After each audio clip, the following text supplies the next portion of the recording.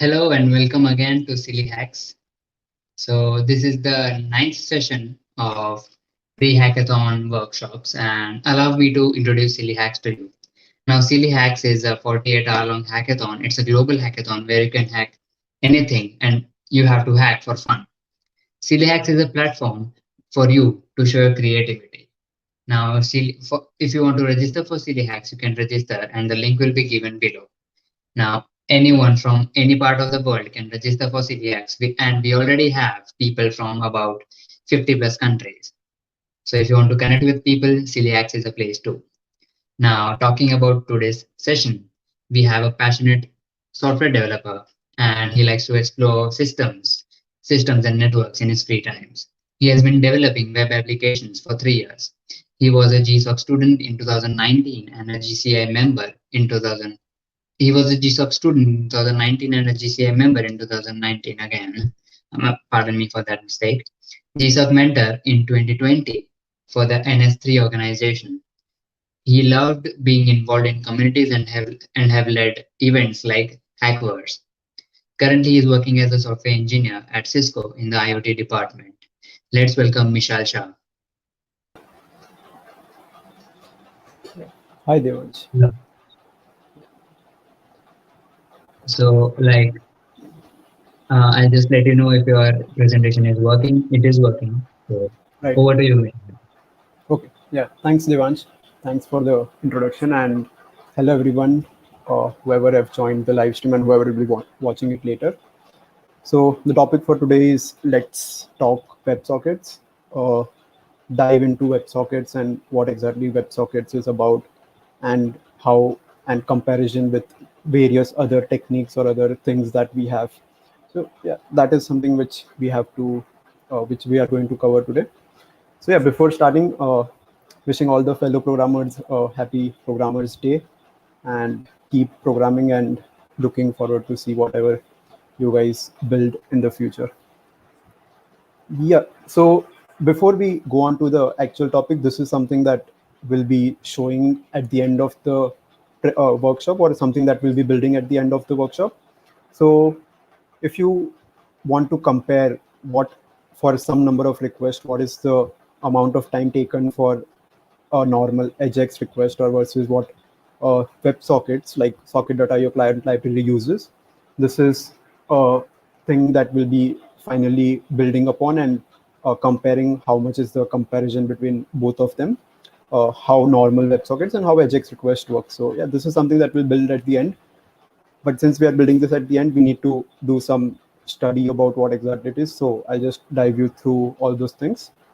So yeah, this was one of the graphs from recent which I was doing when I was trying out the application. This is a graph which I had made. We'll be getting somewhere similar when we are doing the amount of request and testing what the graph, what the time is that we are getting. So yeah, that's something we'll be doing this session. Right. So, bit about me. I graduated from NITK Surathkal, not Surat. So, in 2020 only. And I'm currently working as a software engineer at Cisco.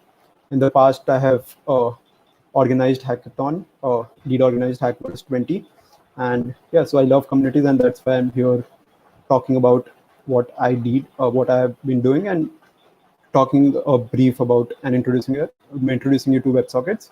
And yeah, I've also love open source development and help open source communities. So at NS3, I was a student last year and was a mentor and GCI mentor and GSOC mentor this year. So yeah, this is a small introduction of myself. Uh, so before we go on to the topic, just a disclaimer that I'm not an expert in WebSocket, something which I have been doing and have been learning about, but definitely I'm not the creator or inventor of WebSocket, so definitely not the expert.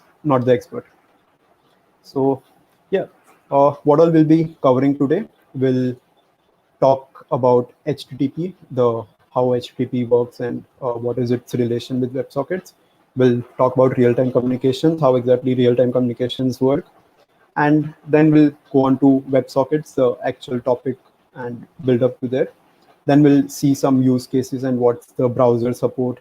At the end, whenever you build something with WebSockets, you want to see where all is your application being going to be used or where all it is compatible. So yeah, we'll look into the browser support which we have and the use cases of WebSockets.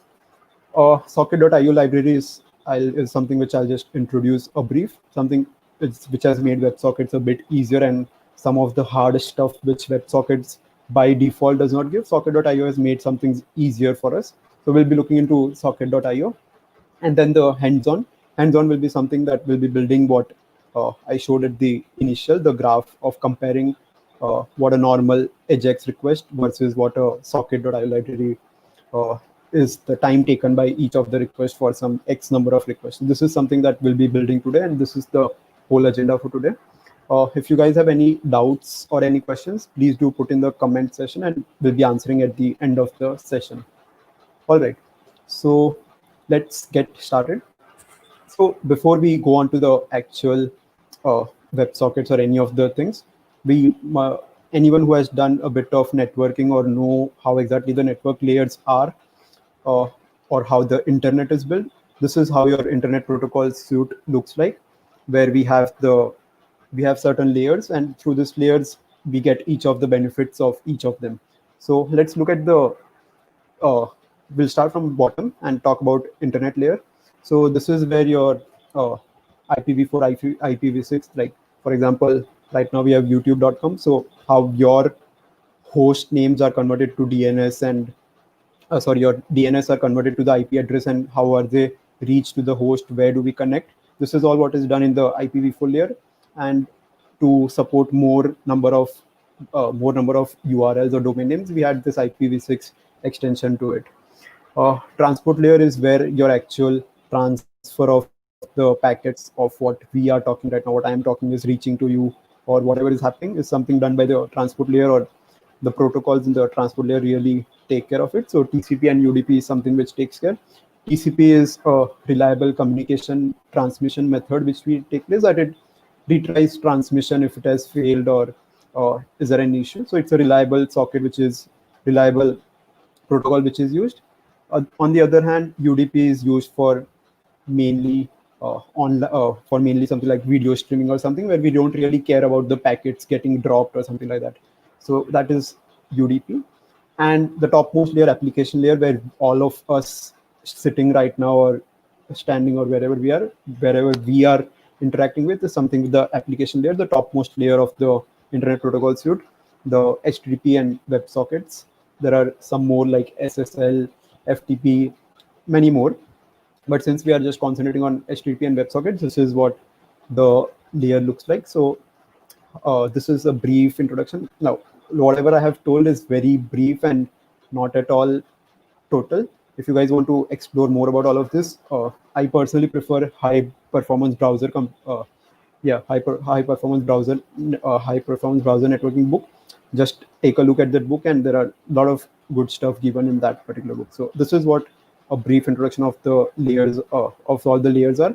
And the WebSockets is the application layer where we'll be interacting the topmost layer. So moving on to HTTP, the base where everything is based on is the HTTP model. So if you guys see or would be aware that this is how the HTTP model works, you have your client, you have your server. The client sends a request to the server and the response is received. So it works on a request and response model. This is how the basic HTTP model looks like. I think everyone knows about it. So just adding a bit more to what HTTP is, it's a stateless protocol. Now, what do you mean by stateless is uh, that whenever a request is sent and the response is received, and when you're sending the new request does not know anything about the previous request. Like, it does not store any information. Definitely, there are certain ways to store, but by default, what HTTP gives us, it is not stateful. It is a stateless protocol. There are a lot of I think questions or anything like that HTTP2 also supports is a stateful protocol, but it is not by default. Whatever HTTP provides is a stateless protocol only. Yeah. Uh, like moving on to how exactly how all of us uses HTTPs with certain request methods. If we want to get something from the server, we use the get method. Like we mentioned, the kind of method we want to kind of data we want to look for from the server, and that's why we use the get, post, put, delete. These are some other methods. There are certain other request methods also, like options and all. So yeah, these are certain request methods that we interact with. Like for example, if you guys are familiar with Ajax, probably you do $.get and get some request like to the URL of the server. And if you want post $.post, something like that. So yeah, that is something how we interact with HTTP and how we leverage HTTP to use it. And then we have this like HTTP is a pull protocol. Basically, pull as in pull. Basically, it does not server by default does not send request to the does not send information to the client. Client has to request for the data from the server. That's why it's a pull protocol. That's what is a bit about HTTP that I wanted to cover. So let's go on to real-time communications. I think all of us really like real-time communications, and that really makes the browsing pretty easy. For example, when we are scrolling through a Twitter feed or Facebook feed, it's something we just scroll down and down, and we don't really have to wait. So it just leverages the experience. Imagine you will have to be reloading every time on a Facebook feed to see, or on a Twitter feed to see new posts. That is not something which leverages the experience of the user. Uh, Other example, let's say stock markets. People who what do you call invest in stock market or look into the markets. Imagine they being reloading every 3 seconds or something and waiting for the new prices to come up or something like that. They really want to sit in their chair and watch what is happening in the share market and want to leverage want to use it. So that's why something why real-time communications are really important, and that's where this whole thing of the whole talk comes into the picture, that we need real-time communications. And a lot of people do understand real-time communications but do not know the underneath technology or the underneath networking that is done, or whatever you call. So that is the thing that we'll be covering. So let's say if me as a layman just who knows HTTP and AJAX request, how will he or she do that particular real-time communications? So when I started building this, when I wanted to do something real-time, so I had this Azure API which I was using with my teammate for one of the hackathons, and we wanted to get some data from the server, like send the data to the server and get some information. Like it was some API of facial, facial, what do you call? Some facial things that what is your emotion? Yeah, facial emotions. So it was something that we wanted to do that time. And since we did not really know what real-time communication or how it really works, we use this normal method of polling. Like what is normal polling is that what we are doing is sending data every 3 seconds or something like that. So we made a AJAX request and we're sending data to the server every 3 seconds getting uh, and getting the reply every 3 seconds. So that's how we did it. That's how a layman who just knows AJAX will do the whole process of getting the request. So if you guys see it here, we have a get request which is done to the client after every 3 seconds. So we just get the data in that particular format. So this is one of the options that most of the people who are new to it will use it. Uh, what is the other option? Uh, this is something which is not pretty common if anyone knows, but this is long polling. So we just poll the server, send the request to it, and just wait for our response. Sit quietly till our response comes. Now, when the response comes, we get the data and then again send a new request. So yeah, this is what long polling is, that you wait, you make a request to the server and wait till the end, like till we get the response. Whereas normal polling is that you just check for 3 seconds if there is data. It is possible that data might not be there, your response might not also come. But this is what long polling is, that you just keep polling it and keep it alive till you get the request from the server. Yeah, and then as soon as you get the server request from the server, initiate a new request. So if you guys noticed of what I spoke or what exactly is happening in this diagrams is that every time a new request is needed to be formed, right? So there is this initial get request which is done either in normal polling or in long polling. We are making one request and then again we are making another request. So why not do some, like, what are the, do something different, and what are the disadvantages of this? So disadvantages of polling, one of the main thing is that it consumes a lot of bandwidth. Imagine you uh, requesting every time. Like it seems fine only because it's only one server, only one client. Imagine thousands of clients doing the same thing, requesting every 3 seconds on the server whether there is data or not, and doing something like this. Then it consumes a lot of bandwidth and wastes a lot of bandwidth, and it keeps the server thread blocked. Obviously, the server is waiting for a request. If one request has come, it will allot some resources to it. And if some other person also, or some other client also requests, so it is a disadvantage of polling, that you cannot do something like this in real time, or where you want to show something to the people. Imagine on Twitter, I think around some million people watch it every day. Imagine a million of people requesting this way in the format of requesting data in the form of polling. It will just require a lot of resources, and I don't know, the servers may also crash in that case. So yeah, these are one of the disadvantages of polling. So how do we do it better? That's where WebSockets come into the picture, or that's where our whole core structure, I mean, the whole WebSockets principle, or the whole protocol, or the IETF document, or the RFC was prepared on this. So that's how WebSockets came into the picture. So since everyone realized that with polling you have to do request again and again, send one, then receive, then again send. Why not do something which is persistent and make it what do you call? Make it persistent connection. Persistent as in like keep it for a long time. I mean for a longer time. So that's how WebSockets came into the picture. Now, one benefit of web, like what exactly is WebSocket protocol, is that it's a bidirectional communication. As in, every time, if you saw before, it was client sending the request. HTTP in general was sending the request and then waiting for server to respond. Whereas in WebSocket, the server can also send the full duplex communication. If it's a half duplex, only one of them can send at a time. But in cases of full duplex, anyone can send at any time. So it's a bidirectional communication. Client can send to the server, server can send to the client. So this is one of the main what do you call advantage of WebSockets. And so it's not like a lot of people do think that WebSocket is something pretty different from HTTP and it's a different request, but it is not. It's just an upgrade over HTTP. I'll just look what do you call, I'll just go into what upgrade request is in the next slide, and how we have HTTP or HTTPS in the browsers. Similarly, WebSocket uses WS or WSS for secure communication, how HTTPS works like.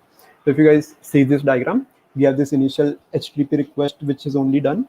And then we have this handshake. And finally, when the connection is established, that both of the client and server agrees, that yes, this is how we want the communication to take place with WebSocket, with the WebSocket protocol. They agree. So that's when the the protocol starts working, and then anyone can send at any time.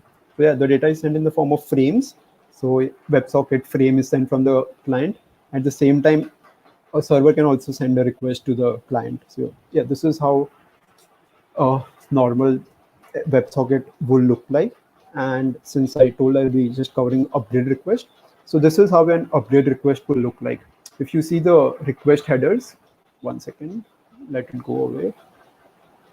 Yeah, if you see there, there's this connection upgrade. So the client, I mean the client request, it's an HTTP request only. If you guys see the get WS localhost and HTTP request, it's an HTTP request, but the connection is asking for an upgrade.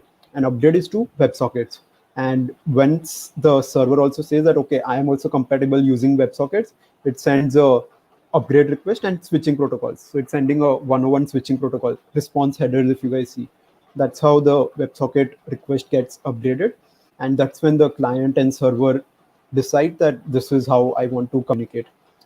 You can just open any website which uses something like this and which uses WebSockets, or build your own WebSocket and see what kind of uh, response or headers are request and the response are coming.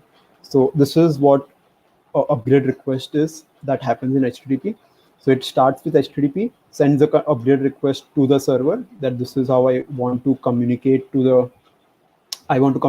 you in the form of WebSockets, and it gets an update request that okay, we are switching the protocols, and there are some keys and the accept request which is there, and it starts communicating with WebSockets. So this is how an update request looks like. So it's an upgrade over HTTP. It's not something different from HTTP, right? So, okay, a lot of things were told, but what exactly, how do you make a WebSocket? So this is a simple way how you can initialize a WebSocket, that you just do a const ws equals to new WebSocket and the URL where you want to open the connection request to. So this is a pretty, what do you call, just one liner code, but not what you want to do. For example, let's say you want to handle reconnections. Let's say what happens if your connection breaks in between or something like that. So you need a reconnection. So all those things need to be handled in general by WebSocket. So that is not provided by default. You need to build upon if you are using raw uh, raw WebSocket raw WebSocket protocol.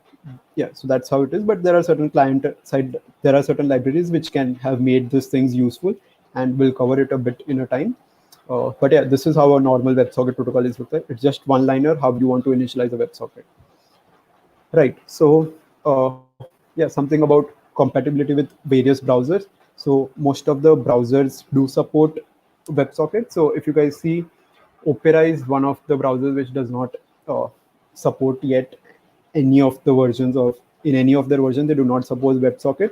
Other than that, all the famous ones like Chrome, Firefox, Safari, Edge, whichever you see, most of them uh, support the use of WebSocket in their communications. But yeah, there are certain small things like Android browser in their initial versions, or uh, Opera Mini still does not support. So yeah, there are things like this, and this is taken from caniuse.com. Even if you guys want to see anything like that, you can use caniuse.com to check what the browser compatibility is exactly with WebSockets and the browsers. So yeah, this is it. Uh, now everyone would ask that what exactly is the use of WebSocket. So for any kind of real-time analytics that you want to see, or streaming, let's say your IPL scores or something like that, your cricket match scores, football scores, some scores you want to update on real time, how do you broadcast it to everyone? This is something which can be used. WebSockets is where it is actually used.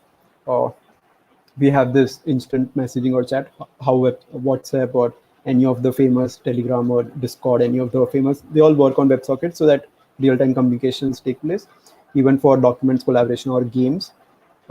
Games, if you guys see, there are certain times when your internet breaks and you see that reconnecting button, right? That is the reason, because there is a WebSocket connection which was established, and now it is waiting for a reconnection to establish. So most of the games use WebSockets.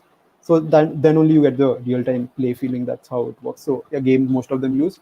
And in general, apart from this, you can use anywhere wherever you require any low latency or anything that you want to be, anything where you want the answer to be updated in pretty fast or pretty less time. This is where all you can use WebSockets protocol in general.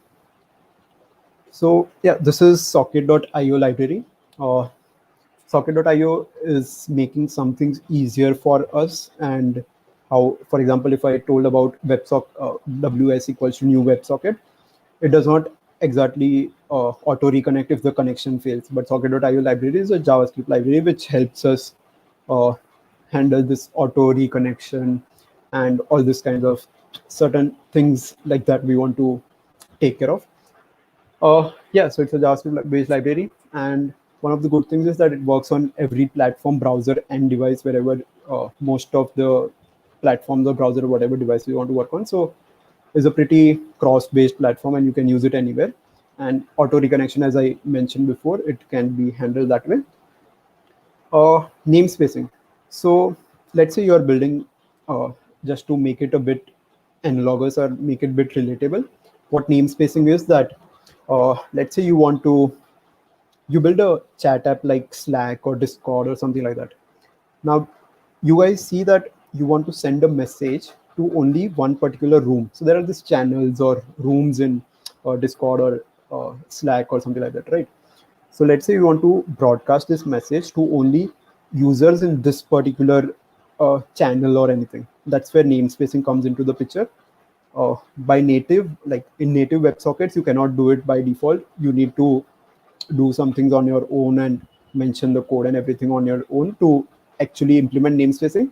But socket.io implements it for your like makes it easier and gives us certain APIs to do it a bit easier. That's where the namespacing comes into the picture. So let's say if I want to send some data to only one particular channel, like let's say general channel, or what else do we have? Any general or maybe some programmers channel or something like that is there. So let's say we want to send to only this particular people. That's where namespacing comes into the picture. That's what socket.io provides us with ease.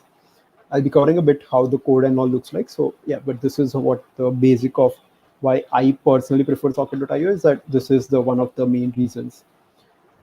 So yeah, there was a lot of core, lot of things that we talked about, but what exactly are we building, or how exactly are we going to show that okay, should we use Ajax, should we use WebSockets, or what is better? So that's why we'll make some code live and try to build on it. So certain tools that I'll be using are Node npm and I'll use VS Code. If you guys have any other platform, please use it. If you have any other ID or text editor, please use it. And the socket.io library is something which we'll be doing. So let's build on the application which I showed earlier, the comparing the Ajax and WebSockets. So I was initially planning on building something like a chat app, but I saw that everyone on the internet has built a chat app. There are various tutorials to build that, but not a lot of people did talk about what's the performance difference or what exactly is the difference between them. That's why I'm building this application. Do not want to repeat or do something like do something similar. That's why, and even I have done a session before for talking about building a chat application. So that's why we are building something and check what the performance is right. So yeah, that's why we'll be doing this. So yeah, if everyone can go to this Mishal 23 slash ajax.ws, I'll just put in the channel 1 second. If anyone wants to,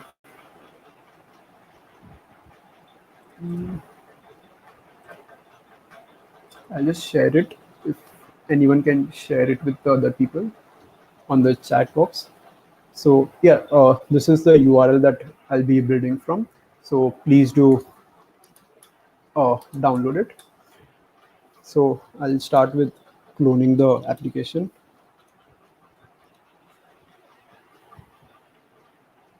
So yeah, it is cloned. 1 second, I'll just open it. I downloaded in desktop, HXWS. So okay, there is some initial code of a basic node server, Express server. So this is what your Express server looks like. and we have this public directory where we are serving our HTML files from. I'll just walk through this code pretty fast. If anyone really wants to dive into, if anyone has any questions, I'll talk about it a bit later. But yeah, Express is another small framework in Node, which makes certain things easier. For example, if you do it in Node, there are some things which you have to do for a lot of time. I mean, a lot of code is need to be written. But with using Express, you can do it pretty fast. So that's how Express is. That's where we use Express. Path is just for the directory that we want the uh, public directory to be exposed to our server. That's why we are using this app.use. So app.use is a middleware that before the application starts, this is a middleware to pass through. And through that, we are loading the static directory. So underscore directory name will give us the current directory and then the public directory. So that's how we'll get the public directory. And the public directory has this index.html. I have some basic code written there. Just the front end for the part, because it will just take a lot of time talking about front end or building something from scratch. That's why I have a basic code for front end here. So we have this certain things. I'll just go through it once. And we have this app.js. This is the JavaScript file that will actually write a request. And drawgraph function, I'm using a plotly library to make certain things easier. But yeah, it's pretty simple. On the x-axis, I want edgex and socket.io to compare. And on the y-axis, I want the time at which the time it takes, or the time it took to complete the request, and the kind of graph I want. So it's a bar graph. That's why I'm using this. Uh, so yeah, this is it. Package.json is where all your dependencies are mentioned. Let's say if I want to share this folder like I've shared with all of you guys, right? So this way you can, all the packages that you are using are mentioned here. So I'm using this Express package right now. So that is something that we are using. So it is given there. So this is the directory structure. Getting node to not push node modules. Node modules are heavy, so we do not push it. So yeah, this is about the application structure. And let's start building on it. Okay, so to make certain things easier, I'll just install nodemon. So how node works is that it needs to, what do you call it, restart every time you make any change. So we'll just use nodemon so that we do not have to make a lot of changes every time or something like that. We'll be covering how exactly sockets also work, how socket.io library also works. So please try to do it hands-on, or maybe watch it and then we can do it later a bit. Like you guys can do it later. Right, so I'm just installing nodemon to make certain things easier so that you do not need to refresh the, yeah, I do not need to refresh every time, like close and start again. That's why I'm using nodemon here. So I'm just installing this dependency. And as soon as I added it, you guys can see in package.json that nodemon got added, right? So yeah, we're starting with nodemon index.js. So it shows servers listening at port 3000. So let's just go to 3000 and check what all is there. So yeah, this is the basic template that is there. Nothing is happening right now. It's just you enter the number of requests you want and then generate the graph. Right now, everything is blank only, so nothing is happening right now. Okay, so here we are and we'll start building the application. Now, as you guys, I told you that it's a JavaScript library. Like socket.io is a JavaScript library. It's a node library. So we'll just install that library also. npm I socket.io to install the socket.io library. So yeah, I think it will take some time to install. Uh, just a few seconds and it will get installed. If you guys want to check whether you have node installed or not, you can do node-v and npm-v to know what kind of versions you are using. And if you do not have, you can start using it. Okay, so let's start with first building the backend. That's what the usual approach I look for. So whenever you want to use any outside of any, what do you call, any library or any module, you first import the module. So I'll just import the socket.io library using this way, like how Express is imported. So that's how we'll import socket.io. VS Code automatically suggests us what all we need. So if you guys see here, our app is Express and the port is listing on 3000. So this is how we are building the application, right? But socket.io is different from Express, and Express makes certain things easier, and it does not really, what do you call, it does not really needs us to interact with HTTP a lot. But when you have socket.io, it is not yet merged with uh, socket.io. So we'll be using this HTTP library, and using this will compare, like using this will start our server. So now since you want to start an HTTP server, basic way how you do is this uh, server. Basic way is http dot create server. You can just see what it is, and the app we are using is Express only, so that's why we have this app. So now our server is the one who is being creating the server, so we want to listen on the port of the server, so that's why we'll use your server. So server.listen and on the port number that we want, right? So yeah, we start with node index.js, and I'll just see whether everything is working fine. So yeah, everything is working fine. So this is a small change required to use the socket.io library. Uh, Nothing, we have used socket.io yet, but this is how we'll be using it. So now whenever you are starting something, a library or a socket.io instance, we need to call an instance of it, right? So how do you call an instance? Let's say I'm naming it IO. So this IO equals to socket.io, and I'm calling this on my server, right? So this is, I got an instance of what do you call? I got an instance of WebSockets or socket.io specifically, and I can now use this however I want to build upon. So if you guys see, socket does not disturb anything that we want. It is just something that we are adding to our application, right? So how socket or how WebSockets in general works is an event-based communication. So it waits for certain kinds of event. Now, I think there was a session on JavaScript also before in SillyHacks.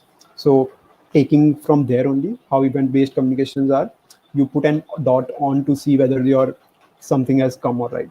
So we just do io.on to make what do you call, to initialize the whole uh, to initialize that, okay, I've got a connection on this particular socket, and we just call a function, a callback specifically here.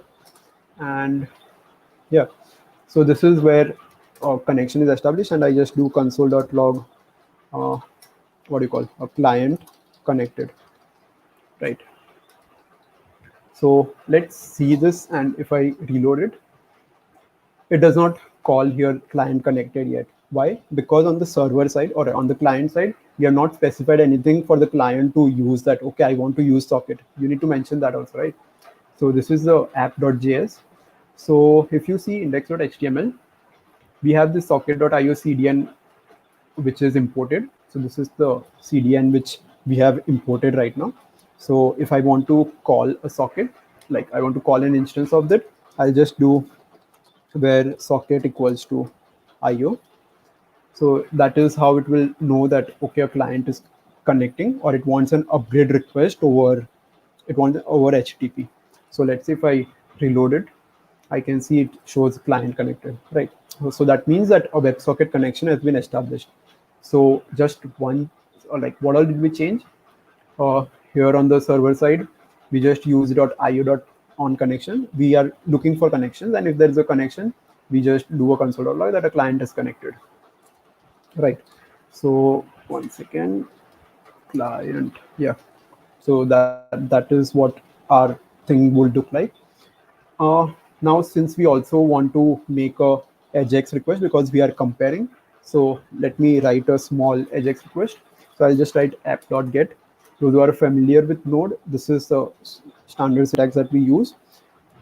So app is where our Express app is running, and .get is the protocol. If you guys remember the slide where we talked about HTTP, we mentioned the request that we want, right? So app.get ajax, and as soon as this comes, we call a callback to the function with request comma response. And yeah, so that's where a request is called. So let's say I'll just do a console.log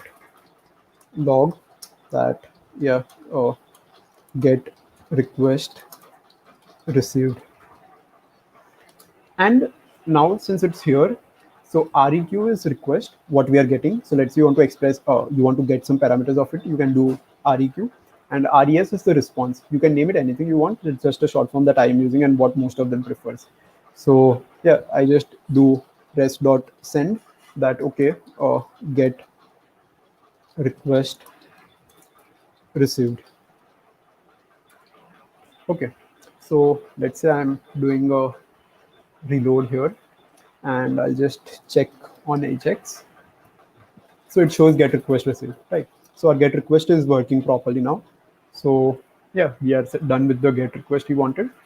Now here our client is getting connected, but how does the, what do you call it?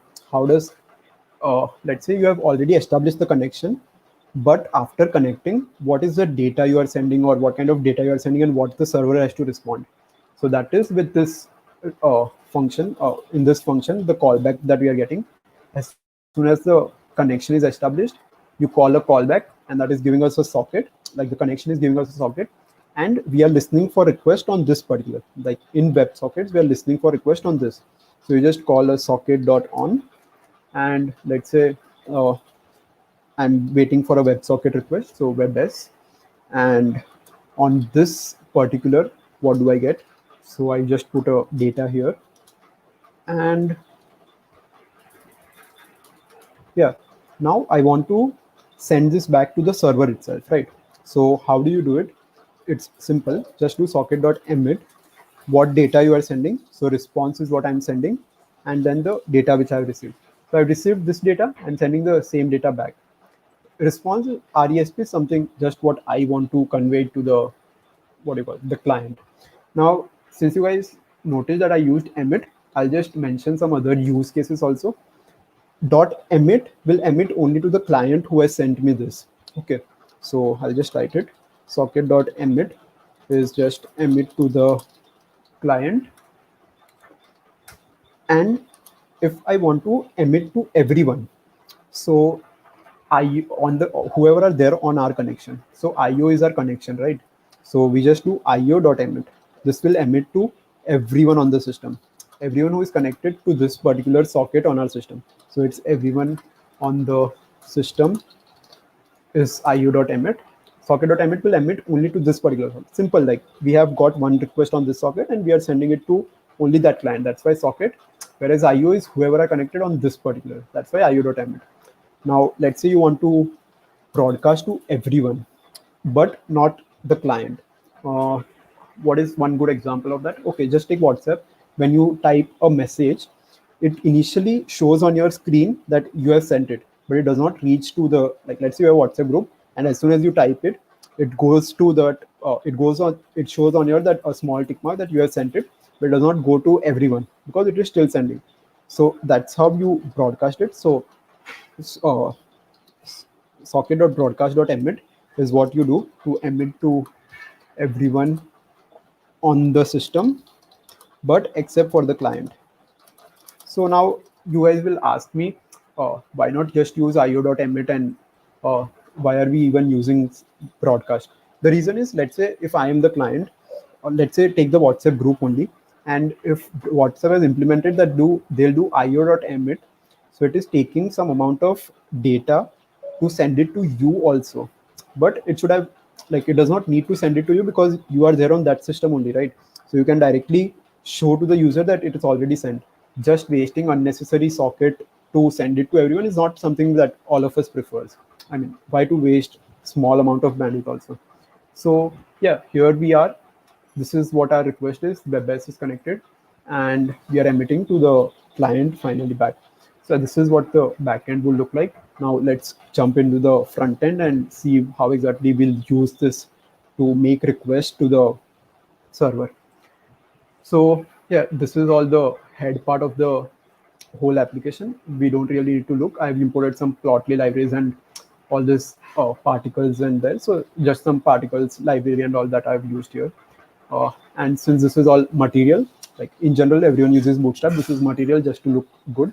So yeah, these are some other things that I've imported, but not really needed to look into. I'll just use very basic JavaScript to access whatever we want in this particular application. Okay, so here is where I'm entering the number of requests, and then I'm generating the graph, right? So I'll just see what the generate graph is. Generate graph is here, and we have the submit request ID on it. So I'll just go to index.js, or not index, sorry, save it. Yeah, I'll just close this and go to app.js. Okay, so I want to find out the time which Ajax request takes and the sockets request will take. Okay, so first I need to get that someone has already, what do you call, typed the request that we want. So we'll just use the on click, that if submit request dot click, whenever submit request button is clicked, we just call a callback function to it. And now we access what is the number of requests that are done. So I'll just use this variable number of requests, right, equals to dollar. So how do I get this request? This is the ID, request ID. So I'll just use jQuery slash, because it's ID, I'm using hash. If you guys use a class, you have to use dot. But yeah, this is what it is. And the value, to get the value from that particular. And I'll just console.log so that everyone is on the same page, whoever is doing with me. And this is where the console is. Let's say if I type 100 and I generate graph. So I got the 100 there. App.js, 12th line it is printing. So yeah, this is where I'm getting the request. Now I want to do a get request. So I'm doing a get request. But how many requests? I'll just pass the number of parameter to it. Oh, sorry, what's this document fragments? So I just do get the number of requests. And we finally want to do a socket request also. So do socket and the number of requests to it. Okay, and then we finally want to draw the graph also. So whenever someone has clicked, that time only will draw the graph. So I'll just call the draw graph function. Does not need any parameters because we have used Ajax and sockets total as a global, right? So I'll just start writing do get function. So we have this function do get, and the parameter is number of requests. So I'll just take number of requests. So we'll use a simple for loop to make the request. So where I equals to 0, I is less than number of requests, and then just increment it, right? So I'm doing a request. So everyone is familiar with jQuery. This is how you do it. Even if you're not, just take a look that this is how you do it. So with the get URL, you mention where you want to do the request. So just do a get Ajax, and then the function, the same callback for everything that we have, data comma status, that it will just give us what status of it is. And yeah, we get the data that we want, right? So this is a simple get request which is happening. So now we want to measure the time it is taking in this particular whole request, right? So let's start with getting the time. So I'll just use this variable eject start, and to get that particular time, you just do new date dot get time. This is pretty basic JavaScript, and since it was covered in the previous session of JavaScript in SillyHacks only, I thought it's fine not to cover. But if anyone has any doubt, feel free to get back later and we can talk about it, or if there's any doubt. But yeah, this is a basic way to get the current time. And now I want the time it is taking for the Ajax request to getting completed. So Ajax elapsed is something variable I'm using. So I'll just get the time there also, and simply subtract it from what is there in the start. So that way we'll get that, okay, this is what your time is. And I'll just assign this to Ajax total. Ajax total is Ajax elapsed. Pretty sure you guys are confused that is the get request and all actually happening. So I think I'll just show it once. So we have this get request and we have this get request received here. So since I've saved it, I just reload it once and do 100 requests or something. And you see here get request getting received 100 times. Right. So a get request is happening properly. Okay. Hoping no doubts there. Right. So now we want to do the do socket request. So let's just make a function for do socket, and we are similarly passing the number of requests to it. And yeah, same thing where socket underscore start, instead of eject start, I'm just using socket start and just getting the new date dot get time. Yeah. And again a for loop. So I'll just copy paste this whole code snippet and paste it here. Okay, this is what we'll write. Okay, it should be socket start. So if you guys noticed, I've initialized a socket here, but I don't want, like, there will be, if you guys saw the initial uh, part of the video, I had mentioned that it takes some part to upgrade the request, right? So we need to calculate that part also, the amount of time it is registering. So I'll just initialize the socket in do socket only.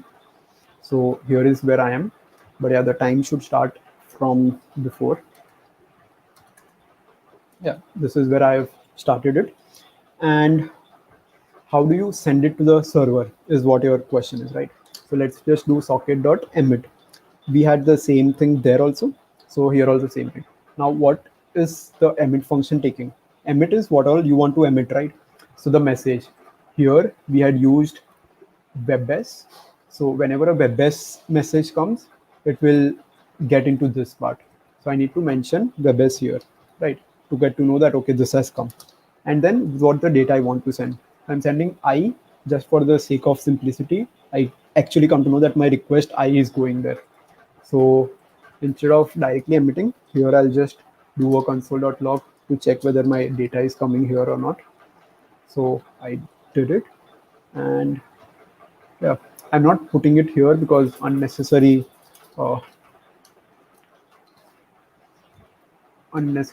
what do you call, wastage of there. So I'll just use a do socket with 10 requests here. Oh, do socket is not defined. Okay, that is because we need to do window dot do. Okay, I'll just put it here. So let's say if I put it 10 here, I'm getting 0 to 9 here coming, right?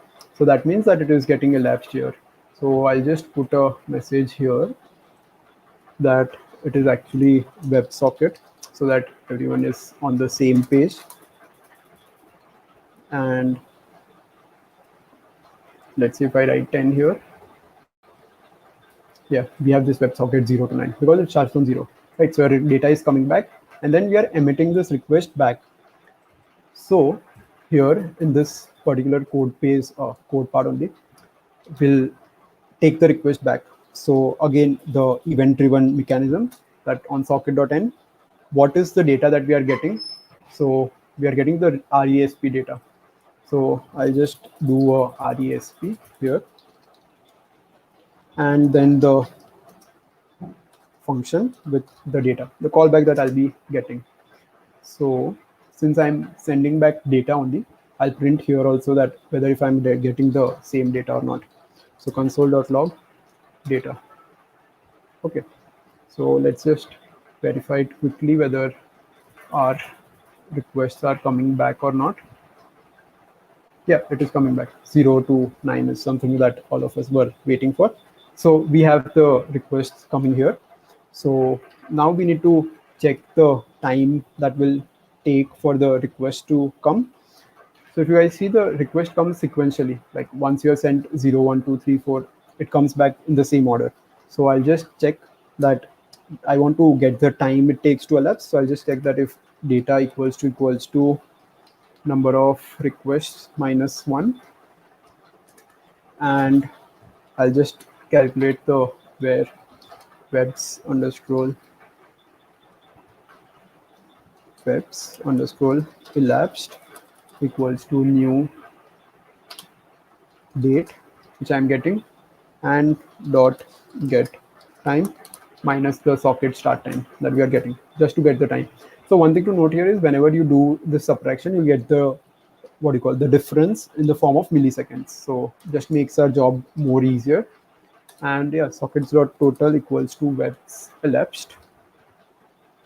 Yeah, this is what we wanted. So both our variables socket and ajax have got initialized here, right? So this is what we wanted, the time how we wanted to calculate. Now if you guys notice one thing, this do get do socket requests are asynchronous, so it will keep happening and this draw graph will be called earlier only. So the actual way to do is that you actually use callbacks that only after this is called call this, but looking at the time it is taking, and callbacks is callbacks in JavaScript is itself a huge topic to cover. It itself could take one whole session. So I'll just take the easy way. I do not recommend it to do it in production or anywhere. This is just for our understanding. So that's why I'm doing here. So I'm just doing a set timeout function. So timeout is something that it will uh, wait for the next request to get what you call get called, the next function to be called before this is getting called. So this is in milliseconds. So I've mentioned 5 seconds because after a do get request is done, I want the server to relax a bit and make sure that everything is happened. Like make sure that the connection, the socket request do not get hindered with anything else. Like I do not want the server load to get come here or something like that, right? So that's why I'm doing it here. And finally, I'm calling the set timeout function. So this set timeout function also, or sorry, the draw graph function is what I'm calling, right? But again, we need to wait for the do socket request to get completed. So I just call a set timeout on this function, that this function is getting executed only after certain amount of time. So since we have already used 5 seconds here, I don't think it will take more than 2 seconds for the socket to get completed. So I'm using a 7000 for 7 seconds. We'll just give a 2 second time break in between. Okay, so I think we'll just, this seems fine always. Let's just try it out how it's working. So let's say if I'm doing 100 requests, what is the graph that I'm getting? There is a slight delay because we have this 5 seconds and 10 seconds kept in between, right? So we are seeing that Ajax is taking more than socket IO because there are certain comments and data which we have printed that also needs to be removed. So let's just remove everything once. Because of all this console.logs, if you guys know, printf family functions takes a lot of time to get executed. Similarly, console also takes a lot of time to get executed. So we'll just remove all this queries so that it is not hindering our actual calculation process. Quickly, we'll just check. Yeah, there is no other thing. So let's try and plot it again. So yeah, we are here with 100 requests, trying to look into it. Will take 7 seconds as it is from. Yeah, so this is the difference we have. So Ajax for 100 requests takes 1064 seconds, whereas socket just takes 437. This is all milliseconds. Yeah, it seems that it's not a huge difference, that okay, there's just a difference of some 500 or 600 milliseconds. But imagine what happens when the load increases. Your Ajax request already takes a lot of call. It takes a lot of, what do you call, a lot of time, a lot of server threads also it takes. So that is one thing which needs to be taken care. And it's a connection that it is establishing every time. So imagine if such, instead of 100 there are thousands or 2000s of requests there, it will just increase the load on the server and this time will increase exponentially. So that's why everyone prefers using something like WebSockets here. So yeah, this was one basic example that I wanted to show. Uh, so one thing is socket.io is built upon WebSockets. So it will take more time compared to what normal raw WebSockets will take. So if you guys are actually using WebSockets by the raw WebSockets, it will take still lesser time. But yeah, this is, I just wanted to show easily and fast, and so that most of them use socket.io library. So that is the reason why we used this particular library here. So yeah, this is how it has been uh, going here.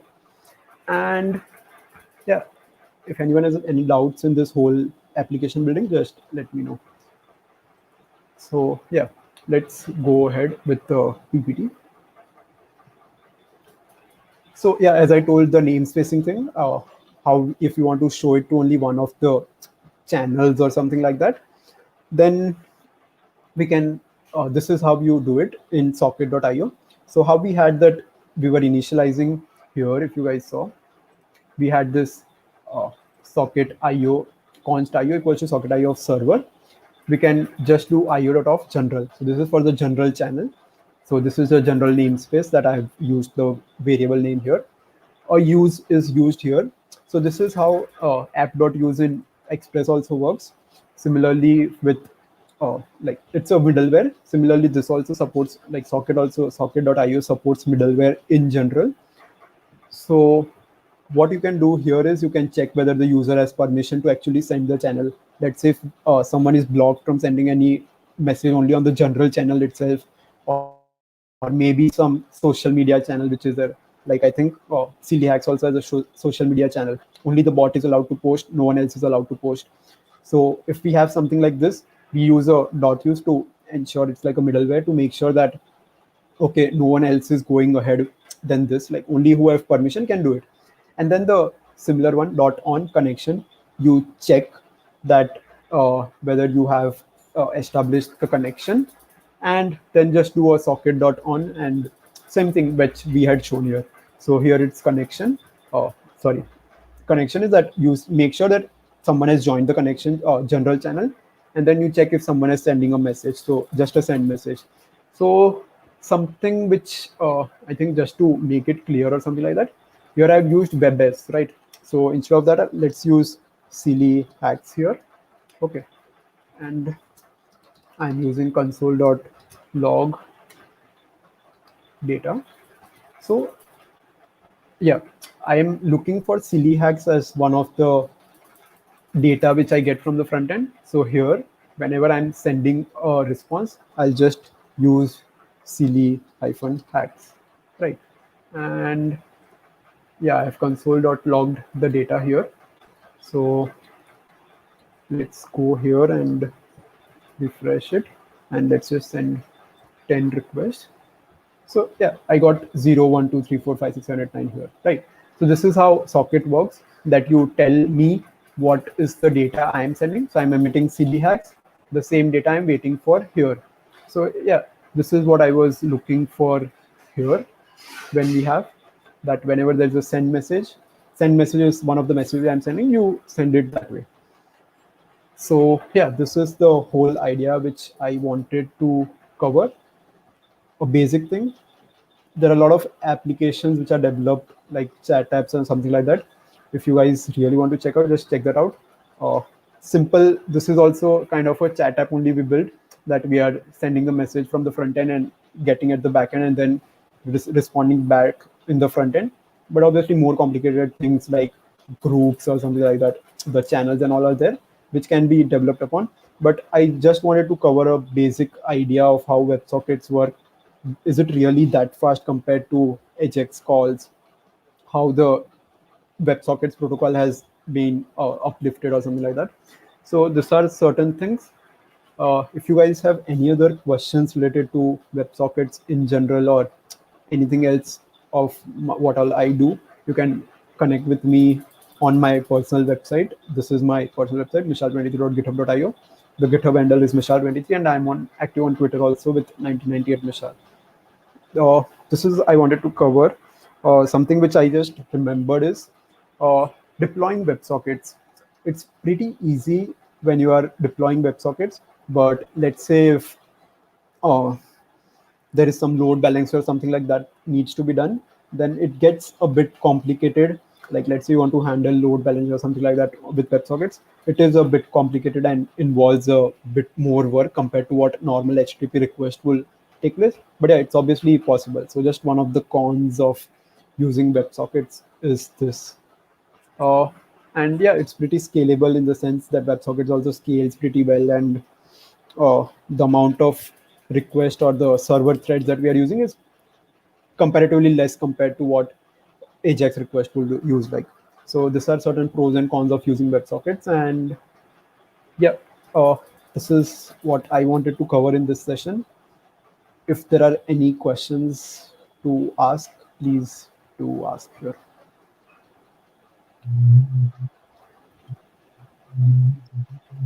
Devansh, I cannot hear you, Devansh. No.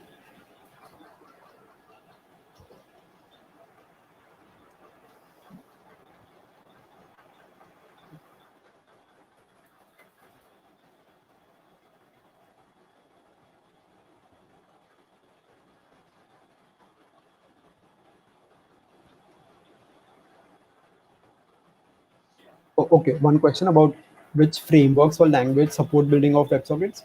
All languages support it. Is there by default for all the what do you call? In there is some or the other way in building. Even in Python, there are certain ways to do it. Uh, I think there's a WebSockets only is the name as a Python package which is there. You can use that. There are a lot of other frameworks also apart from socket.io, which I covered. There are some other frameworks also, like I think there's one called FAVZ or something like that. There are certain names like that. Yeah, so almost all languages support. There's even support to build in C++. You can check out Beast library. Beast library helps us to connect with it, and it is something which I'm also working on with C++. So C++ is which helps us give a lot of what do you call everything can be configured on our own. So I know C++. I know that C++ supports WebSockets. I know Python supports. I know JavaScript supports. Other than that, I have not really worked with any of the WebSockets like Go or something. Maybe that all I have not worked, so not very sure. But yeah, these are the major languages they support. So that is the question. Hope it got answered for you. Am I audible now? Yes, you are, Devansh. I don't know what happens. Like in almost since last four sessions, it's happening. So I'm audible Oh, in the beginning, and I make sure that I have okay. not muted my mic, and I don't know why. What happens? Okay, so we have another question. Is Mhm. there anything in Python to build WebSockets? Yeah, so just as I was covering that, there's a Python package WebSockets, I think so, that you can use to use WebSockets. Uh, so if you guys see, front end has to be in JavaScript, right? So you can use any front end framework, or you can use any, uh, you can use native WebSockets or native JavaScript also to build on it. I think you're asking for the backend. How do you build the backend for WebSockets with Python?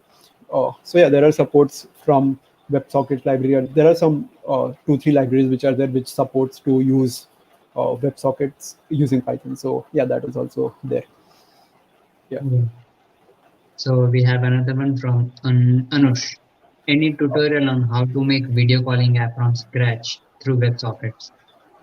So certain just to cover it that WebSockets is just one part. There is something called as WebRTC also, real-time Mhm. communications that can be used to make WebSockets. So it can be used to make a video calling app. So it has to be a combination of both of the things. I think you can search for on Google or something like that and make an application. But yeah, something. Thank you for telling me. Probably some next session I'll look into covering this on how to make a video calling app. But if you really want to make something very easy or fast, there is this Jitsi. What do you call it? Jitsi is an open source application. Sorry, it's an open source video calling application. If you want to add it in your website, you can. It has a pretty easy way to actually deploy, like use it in your website. So how we have used socket.io here, right? So we just use added a CDN, and then we are calling a where socket equals to where socket equals to IO and then brackets and called it. Similarly, Jitsi has also given it very easily that way. So if you really want to use that, you can use that to make things faster, and it is pretty nice and it is open source also. So if you really want to check that, you can look into that. But yeah, Right. building something from scratch with something like video calling app is pretty vast. We cannot cover everything. It's just a small part, but definitely which we can look into in the next session or something like that. Right. Yeah. So like as you were okay, we have another one. from Anush. Can you share the name in chat? Name as in Yeah, Jitsi. the video calling. Yep. Yeah, yeah, Jitsi. I don't know how to make it.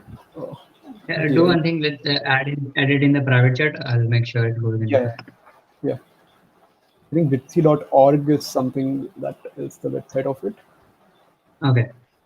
Yeah. So Anush, go through Jitsi. We'll add it in the comments. When another one. Also, I try to use WebSockets to make a chat app. So when I get info from another person, I get the response as an encrypted message. How do I decrypt it? Uh, I mean, to encrypt or decrypt, you need to have a key on your server. There is a common key how you keep the what do you call how you want to decrypt it. So there should be a public key which all the clients have it, and then you have a secret key on your server, and that's how you decrypt it. I mean, I'm not this is a very not a very specific question. What do you want exactly want? It's just that uh, make a public like have a public key on the client side which is there on every of the client, have a private key Uh, which is there only on the server and not accessible to anyone, and using these two combinations you can decrypt the message which you are getting. Cryptographic question, yeah, I mean, how exactly you want, I'm not sure of what the issue you're facing. If there's any issue you're facing, you can contact me and we can look into it, but this is what I understand of how decrypting messages or encrypting works. So yeah.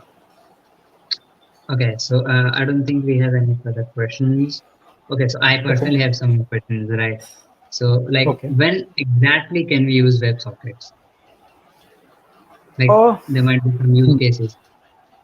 Yeah, so as I covered in the application, when it depends on what your use case is. If there's anything where Right, you want something in pretty fast or you want in low latency, chat apps or something like that, or maybe about the share market, as I told, that let's say right, uh, you want the data in some very fast or something like that. right. So you cannot keep on refreshing every time, right? So if something we want real time on the web application or something without reloading, we want a good experience for the user itself. This is one of the main things. Or even for Okay. games, let's say you are making some game and you want to send some data from the server to the client, or how exactly you want to, or let's say everyone may, I think pretty common game Scribble is something which is very common right now. So how exactly do you Mhm. draw and show it to the user also, right? So Right, right. that's some of the use cases when we can use WebSockets. So yeah. Nice. So, like, out of all the technologies, how did you Hmm. get fascinated by WebSockets? So it's not something which is pretty different, but as I told, when I was first building an application for one of the hackathons, uh, I was just doing a request every 3 seconds on the server and getting the data that way. But Right. like, we realized that this is not something which is very much scalable and not. That's when I really looked into what WebSockets actually is and got an understanding. Initially, it Mhm. looked pretty overwhelming. I did not know how exactly to use it. So yeah, it was pretty hard that way. But yeah, slowly, as and when things went, I picked it up and uh, helped. I mean, just learned a bit. So that's how I got fascinated. Right. That more than fascinated, that was the one of the needs that I wanted. That Right. Right. whenever, so that was an application in Hackathon that real time emotions of the users we wanted. So we were Right. taking a screenshot every 3 seconds, sending it to the server, to the API, and then responding Mhm. back. So we Mhm. are not getting the communication in real time what we wanted. Like let's say in 3 seconds, everyone, like I'm smiling right now. In 3 seconds, my communication, like my emotion will change completely, right? So Mhm. the whole case was going wrong, and the use case made me really look into what WebSockets is, and that's how I got into WebSockets. Yeah. Okay, so it was the need that got you into WebSockets, Yes. right? Yes. Right. So since you also discovered WebSockets in an hackathon, Hmm. do you have any ideas on how hackers in SillyHacks can make some fun project with WebSockets? Like, do you have any idea? uh, I think one of the main games or something like that. Let's say some games which you are uh, building with. I think SillyHacks is something for fun. So let's say you have to make Right, some right. game. Let's say something like Ludo, or probably uh, maybe some apps like that, or you want to build. Then I think WebSockets will be something really good. Or let's say you want a use case for your own home or something like that. Like Mhm. let's say there is some data you want to show in your home in some Mm. TV or something like that, like how Right. the power was going that way. If you have some ideas like this, you can use WebSockets really well. And yeah, that was one of the reasons why we Right. covered it here. Yeah. Some RSS to learn WebSocket. Oh, what is RSS? Sorry. Even I don't know. I'm sorry. Like, what is Oh, RSS? I don't know. I think you meant some resources. Uh, Yeah, Anush, you yeah. can, yeah, Anush, just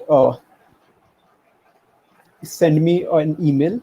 My email is there on my website. You can send me an email and I'll reply back to you by tonight itself. So I can share you all the resources. And if there's any way, I can also share on the Discord channel of, I think, SillyHacks. So you Yeah, can you just can do join the Discord channel and we that. can share it there also. Yeah, That would be amazing. So if anyone right. else wants to learn about Hmm. WebSocket, they can. Yeah. Right. Yeah. So thank you, Michelle, for joining with us. It was a really an amazing talk. It Right. was Right. very nice to have you.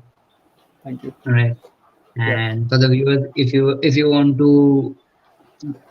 to have such similar talks, just make sure you subscribe to Silly Hacks. You make sure that you have notifications on so that such amazing talks come and you can attend those, like Mishal. Okay. Yeah. So Mishal, anything else you want to say to the viewers or anyone who's starting out with WebSockets or anyone into CDX or anything? Uh, So regarding WebSockets is something which is pretty fascinating, and still a lot of things are being growing in this particular technology, and in Right. this particular space specifically. There is a lot of innovation are still to be left. So if you really want to check that all those things out, should really check that out. WebSockets by native also do not support a lot of things. So if you are really interested into the system side or the networking side, do look into how you could leverage that particular thing. And yeah, I'm not sure of what the other languages have, but as I told, I know about C++, Python, and JavaScript it provides. But if support is not there in some other libraries or frameworks like that, you could really build upon that, and something which will be really helpful for the whole community, the whole development community in general. So yeah, it's pretty good thing to work upon. Regarding Silly Hacks, I think I was talking to Devanj and Arpan before the talk only, and uh, I think it's in all this the hackathon aim of just developing something for a business purpose or something like that. We forgot what the fun part is and something which we could really use our minds on. Like everyone can make something which could be helpful for someone, make something for your own fun or something which you could like to use like that. So I think the 48 hours which you have for CLX is pretty nice time to build upon it. So do take part and try building on something fun. And if you have any, like if you get make any fun application, share with me. I'll be there on the Discord channel and we could try it out all together. And if there's anything more to be done, we can develop it together ahead also. That's Right now. that's amazing. As you have heard, Vishal, go for WebSockets, try developing something on WebSocket. All right, so thank you, Mishal, for being with us. Yeah. Okay, guys. If you haven't registered for CDX yet, you can register. The link will be down below. It will be tickering. So you can go there and register. And yeah, that's all for today. Thank you and take care.